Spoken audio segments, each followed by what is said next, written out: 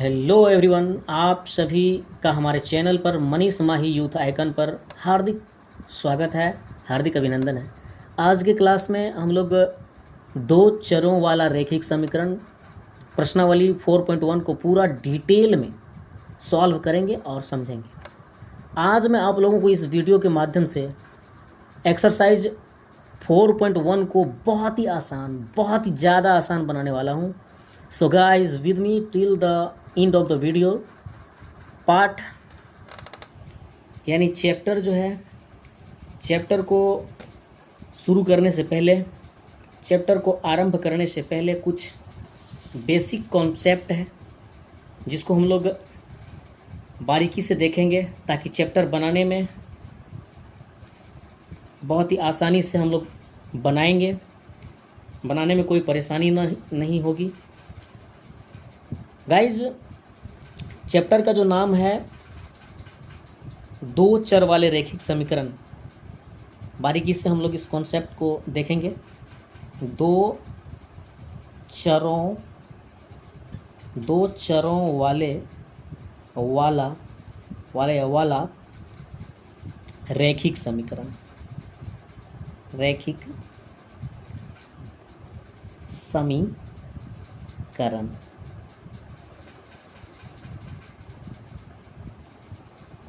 इसमें दो चर बोल रहा है। क्या बोल रहा है? दो चर और अचर हम लोग पढ़े हैं। एक तरफ चर है, दूसरी तरफ अचर। चर एवं अचर। चर की अगर मैं बात करूं तो चर का जहाँ तक सवाल है तो इसमें x, y, z, v, w etc आ सकते हैं। अचर पद की अगर मैं बात करूं तो इसमें आप ले सकते हैं 2, 1/2 या फिर √2, या आप कह सकते हैं -5, या आप कह सकते हैं 0.02। इसी तरह के कुछ और भी ढेर सारे अचर पद हो सकते हैं।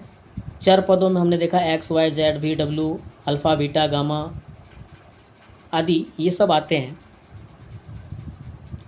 आइए अब एक जो फॉर्मूला होता है व्यापक समीकरण का, व्यापक समीकरण, क्या? व्यापक समीकरण। व्यापक समीकरण की अगर मैं बात करूं तो ax प्लस by प्लस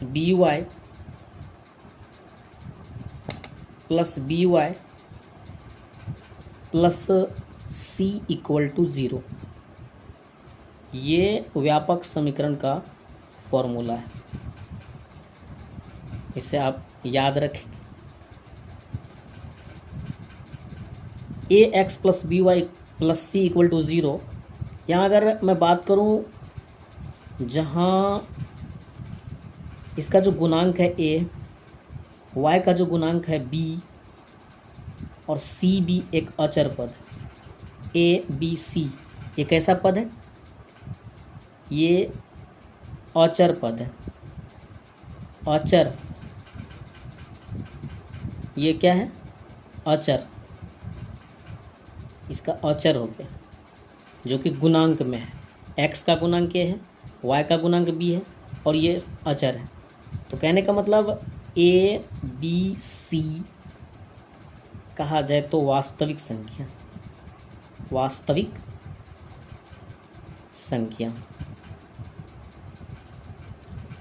पिछली वीडियो में मैं वास्तविक संख्या पर पूरा का पूरा बात कर चुका हूँ, पूरा डीपली में मैं इसको समझाया हूँ।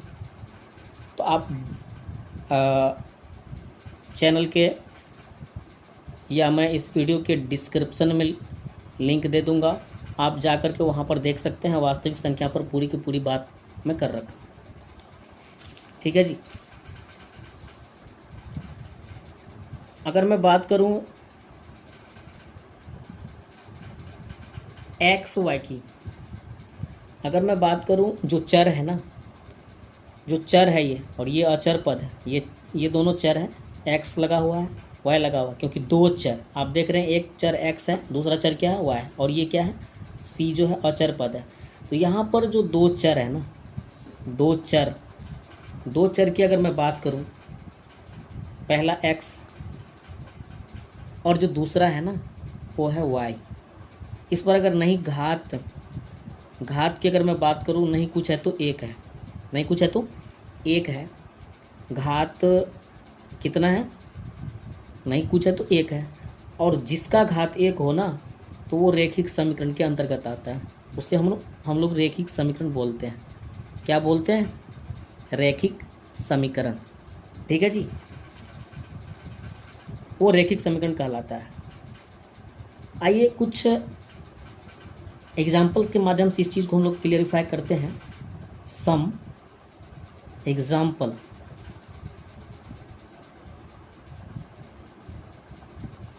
कुछ एग्जाम्पल लेते हैं। जैसे मानकर चलिए यहाँ पर एक उदाहरण लिया जाए, 2x + 5y - 100, ठीक है जी, = 0। दूसरा अगर लिया जाए x - 5y + √3 = 0। इसी तरह से एक और उदाहरण लिया जाए, 3x + 8y + 100 = 0। 2x + 5y - 100, x - 5y + √3, 3x + 8y + 100। ये जो तीन उदाहरण लिए, तीनों के तीनों जो है एक दो चर में, एक एक्स चर एक वाई चर, एक एक्स चर एक वाई चर, एक एक्स चर एक वाई चर, और सबका घात एक है। तो ये तीनों के तीनों दो चर में एक अलग अलग रैखिक समीकरण है। दोस्तों यही है बेसिक कॉन्सेप्ट इस 4.1 एक्सरसाइज के लिए। आइए अब हम लोग वक्त को ज़ाया ना करते हुए सीधे एक्सरसाइज की ओर बढ़ते हैं। एक्सरसाइज दोस्तों बहुत ही आसान, बहुत ही सरल होने वाला है। अगर हम लोग इतने बातों को अगर ध्यान में रख करके चलेंगे तो दो चर वाले रैखिक समीकरण, Bihar board class 9th 4.1 exercise का पहला नंबर सवाल है। एक नोटबुक की कीमत एक कलम की कीमत से दोगुनी है। इस कथन को निरूपित करने के लिए दो चरों वाला एक रैखिक समीकरण लिखिए। दोस्तों आइए एक बार इसको पुनः रिपीट करते हैं, जब तक कि समझ में ना आ जाए, जब तक इसको अच्छी तरह से इसके मीनिंग को, इनके अर्थ को समझ ना जाए, तब तक इसको आप बार बार पढ़िए। एक नोटबुक, कहने का मतलब है कि एक नोटबुक और एक कलम की कीमत से दोगुनी है। नोटबुक है और कलम है, कलम की कीमत जो है नोटबुक से दोगुनी है कि नहीं? कलम की जो कीमत है वो नोटबुक से क्या है, दोगुनी है। यहाँ पर हम लोग लिख सकते हैं कलम, क्या लिख सकते हैं, कलम, और दूसरी ओर लिख सकते हैं नोटबुक। बहुत ही आसान होने वाला है, बहुत ही आसान, इसका आप लोग आकलन नहीं कर पाएंगे। नोटबुक बोले तो आप कॉपी बोल सकते हैं या कोई रफ जो है जो आपके पास है, ठीक है जी। नोटबुक, एक तरफ नोटबुक है, दूसरी तरफ कलम है। अगर मैं बात करूं, और यहाँ पे संकेत भी है, मान लीजिए नोटबुक की कीमत x रुपया और कलम की कीमत y रुपया। यहाँ पे संकेत दिया हुआ है कि आप जो है ना इसको x और y से डिनोट कर सकते हैं। आइए एक अलग उदाहरण से पहले हम लोग इसको क्लियरिफाई करते हैं। जैसे एक राम है, कोई लड़का राम है और दूसरा क्या कौन है, श्याम है। मानकर चलिए राम के पास 2 रुपया है और श्याम के पास कितने रुपये हैं, 6 रुपया है। तो आप यहाँ पे क्या कह सकते हैं कि राम के पास जो 2 रुपया है उसका तिगुना है, 2 तिया 6, तिगुना है श्याम के पास। अगर राम के जो पास रुपया है उसमें अगर 3 से मल्टीप्लाई कर दिया जाए तो इसके पास भी तो 6 हो जाएंगे, इसके पास भी तो 6 हो जाएंगे कि नहीं हो जाएंगे? ये तथ्य अगर आपको समझ में आ गया होगा तो यहाँ पर भी आपको समझने में कोई परेशानी नहीं होगी। एक तरफ कलम है, कलम को इन्होंने कहा है, एक तरफ कलम है ना, और दूसरी ओर क्या है, नोटबुक है। अगर x बराबर y करते हैं, क्योंकि x और y मानने के लिए बोला है, x बराबर अगर y करते हैं और यहाँ पे स्पष्ट रूप से कहा जा रहा है कि कीमत कलम की कीमत से दोगुनी है, तो इसमें 2 से मल्टीप्लाई करना पड़ेगा।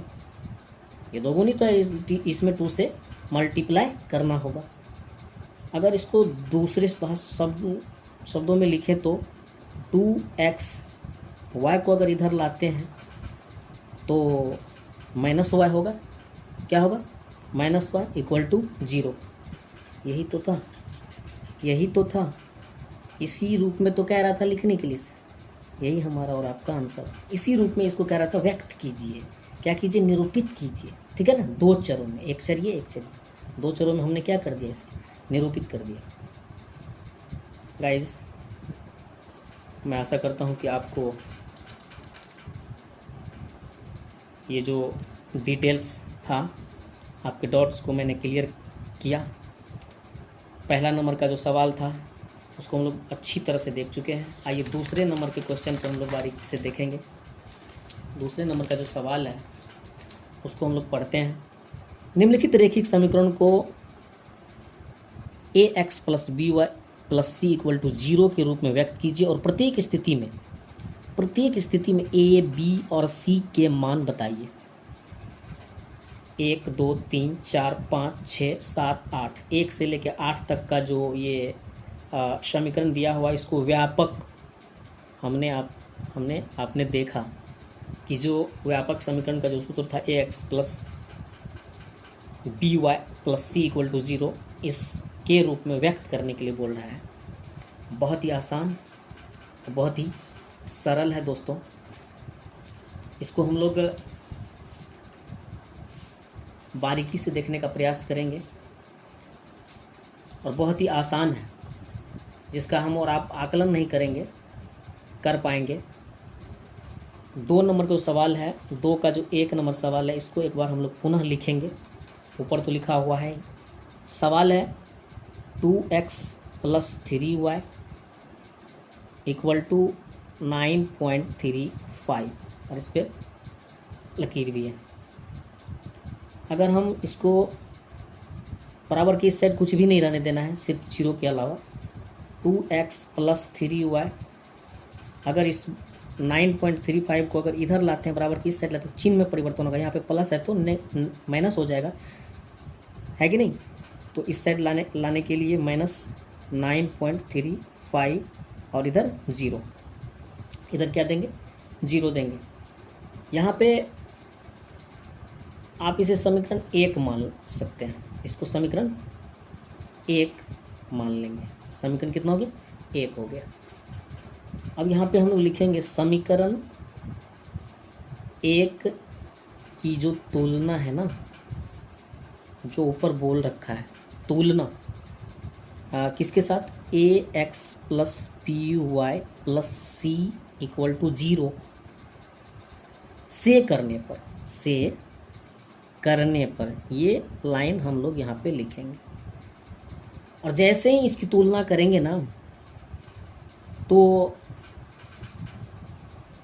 इस समीकरण 1 को, तो यहाँ पे a का मान, b का, c का, b का और c का, a के जगह पे यहाँ पे x का गुणांक देखेंगे तो 2 है, b के जगह पे यहाँ पे y का जो गुणांक है 3 है। चिन्ह को देखना भी है, चिन्ह को नज़रअंदाज नहीं करना है दोस्तों। यहाँ पे c जो है, c के जगह पे है -9.35। ठीक है जी, ये रहा हमारा और आपका आंसर, क्योंकि प्रत्येक स्थिति में हमने a, b, c का मान ज्ञात कर चुके हैं। आते हैं दूसरे नंबर का जो कथन है ना, उस पे। दूसरा नंबर का जो कथन है, सवाल है x - y / 5 - 10 = 0। ठीक है जी। अगर देखा जाए तो x minus Y 5 minus 10 equal to 0, इसके नीचे अगर नहीं कुछ है तो 1 है, इसके नीचे भी नहीं कुछ है तो 1 है। हम लोग इसका एलसीएम ले लेंगे 1 5 1 का, तो 5 आएगा 5, यानी कि 1 5 जब 5 बार में आया तो 5 को x से मल्टीप्लाई करेंगे तो 5x माइनस 5 को 1 से करेंगे तो 1, यानी y को 1 से करेंगे तो y ही होगा, और माइनस यहाँ पे 5, यानी कि 1 5 जब 5, तो यहाँ पर 10 5 जब हो जाएगा 50 इक्वल टू 0। अब यहाँ पर 1 है। क्रॉस मल्टीप्लिकेशन जैसे ही करेंगे तो 1 से मल्टीप्लाई करेंगे, किसी भी संख्या को अगर आप 1 से मल्टीप्लाई करते हैं तो जितना संख्या होता है उतना ही होता है, उसमें कोई परिवर्तन नहीं होता है। तो 5x माइनस वाई माइनस 50, और यहाँ पे क्या हो जाएगा 0, क्योंकि यहाँ पे क्रॉस मल्टीप्लिकेशन होने वाला है। 5 को 0 से मल्टीप्लाई करेंगे तो 0 हो जाएगा। अब आप इसको समीकरण 1 मान लीजिए, ठीक है जी। इसको क्या मान लेंगे, समीकरण जैसे यहाँ पर माने थे, इसको सुदृढ़ कर लिए थोड़ा सा। और अब वही चीज़ यहाँ पर भी है, तो डायरेक्ट करते हैं। समय के अभाव में मैं डायरेक्ट करूँगा इसको, ये लाइनें नहीं लिखना है। Direct a equal to B equal to C equal to, जैसे ही लिखेंगे तो इसका गुणांक आप देख सकते हैं x का कितना है 5 है। y यहाँ पर चिन्ह को नज़रअंदाज नहीं करना है, नहीं कुछ है तो y के गुणांक में 1 है। और c का जहाँ तक सवाल है तो ये अचर पद है, माइनस का 50 हो जाएगा। तो ये जो है आपका आंसर हो गया। प्रत्येक स्थिति में हमने क्या कहते हैं a b c का मान अभी ज्ञात किया, ठीक है जी। तीसरे नंबर का जो सवाल है उसको हम लोग देखेंगे। अब तीसरे नंबर का सवाल पर हम लोग जाएंगे, ठीक है। 3 नंबर का जो सवाल है उसको देखने के लिए अब हम लोग लिखेंगे। पहले यहाँ तीसरे नंबर का सवाल है माइनस का 2x प्लस का 3y इक्वल टू 6, ये आपका सवाल है, तीसरे नंबर का सवाल। इसको भी हम लोग लिख लेंगे, थोड़ा सा सुदृढ़ करेंगे। माइनस 2x प्लस का 3y, और 6 को भी इधर लाएंगे तो चिन्ह बदलेगा, अब इक्वल टू 0। और प्रत्येक स्थिति में a b c का मान चाहिए, प्रत्येक स्थिति में a b c का मान चाहिए। इसको समीकरण 1 मान लेंगे। फिर वही a equal to b equal to c equal to a जो x का गुणांक है -2 है, b यहाँ पर 3 है, और c जो है अचर पद है 6। तो ये हो गया आपका a b c का मान। ठीक उसी तरह से नंबर 4 की अगर मैं बात करूँ तो 4 नंबर में है x बराबर 3y। x बराबर कितना है 3y। इसको थोड़ा ध्यान से देखेंगे, x बराबर कितना है 3y। अगर मैं बात करूँ 4 नंबर की तो x बराबर 3y है। अगर x को इधर रहने दे और माइनस इसको इधर लाएंगे, 3y को इधर लाएंगे तो क्या हो जाएगा माइनस में होगा। और जो c है ना, ये दोनों चर पद हो गए, अचर पद अब यहाँ पर 0 हो जाएगा, और इधर भी इक्वल टू में 0 हो जाएगा। अब इसको आप समीकरण मान लीजिए, ठीक है जी। इसको समीकरण मान लेंगे। यहाँ पर भी a b c, a का जो इसका जो गुणांक है 1 है, नहीं कुछ है तो 1 है, इसका गुणांक माइनस का क्या है 3 है, और ये c इक्वल टू 0 हो गया। यहाँ पर भी हमारा और आपका आंसर हो गया। अब डायरेक्ट 5 नंबर पे चलते हैं। 5 नंबर में क्या बोल रहा है 2x equal to -5y, 2x equal to -5y, 2x equal to -5y। अब आप देख सकते हैं 2x को इधर रखेंगे, इसको जैसे ही लाएंगे तो चिन्ह बदलेगा। मैंने कहा था चिन्ह बदलता है। जैसे यहाँ पे 5y, और जो ये दोनों चर पद हो गए, अचर पद आपका 0 है। फिर इसको समीकरण हम लोग 1 मान लेंगे, और समीकरण 1 मान करके a equal to b equal to c, a का जो मान होगा x का गुणांक होगा 2, इसका क्या है 5, और इसका क्या हो जाएगा 0। यहाँ पर भी आपका आंसर हो गया। आगे जो अगला सवाल है 6 नंबर, कितने नंबर 6 नंबर। 6 नंबर में बोल रहा है 3x + 2 = 0, 3x + 2 = 0। 3x + 2 = 0। ये भी बहुत आसान है, अगर इसको ध्यान से देखेंगे तो बहुत ही आसान है, बहुत ही आसान है। 3x यहाँ पे ये चर है, लेकिन दूसरा चर नहीं है। दूसरा चर को अगर 0y लिख दें, क्या लिखें? 0y, 0 से y को गुना करेंगे तो 0 हो जाएगा। और ये अचर पद 2 है = 0। अब तो उस रूप में आ गया ना, ax + by + c = 0 के रूप में आ गया ना। अब यहाँ पर a b c, a का जो वैल्यू होगा वो 3 होगा, b = 0 हो जाएगा, c = 2 हो जाएगा। तो इस तरह से इसका आंसर हो गया। अब नेक्स्ट जो सवाल है 7 नंबर, 7 में भी हम लोग देख लेते हैं। 7 में y - 2 = 0, y - 2 = 0, y - 2 = 0 है। इसको भी हम लोग देख लेंगे, बहुत ही आसान है। यहाँ पर जो चर है ना, यहाँ पर जो चर है एक y चर है, x चर यहाँ पे है ही नहीं। तो अगर x चर को 0 से मल्टीप्लाई कर दें और प्लस में यहाँ पर y लिख दे और माइनस में 2 लिख दे = 0 करेंगे तो अब तो उस रूप में आ गया ना। अब उस रूप में आ चुका है, आप देख सकते हैं। x को 0 से मल्टीप्लाई कर दिया, अब यहाँ पे a b और c आपका आ गया, a b और c आ चुका है। अब इसका गुणांक जो है 0 हो जाएगा, इसका गुणांक 1 हो जाएगा, नहीं पूछा तो 1 है, और इसका गुणांक हो जाएगा -2। तो ये आपका हो गया आंसर। 7 आते हैं 8 पर। 8 नंबर में क्या बोल रहा है? 8 में बोल रहा है 5 = 2x, 5 = 2x। ये भी आसान है। 5 = कितना है? 2x है।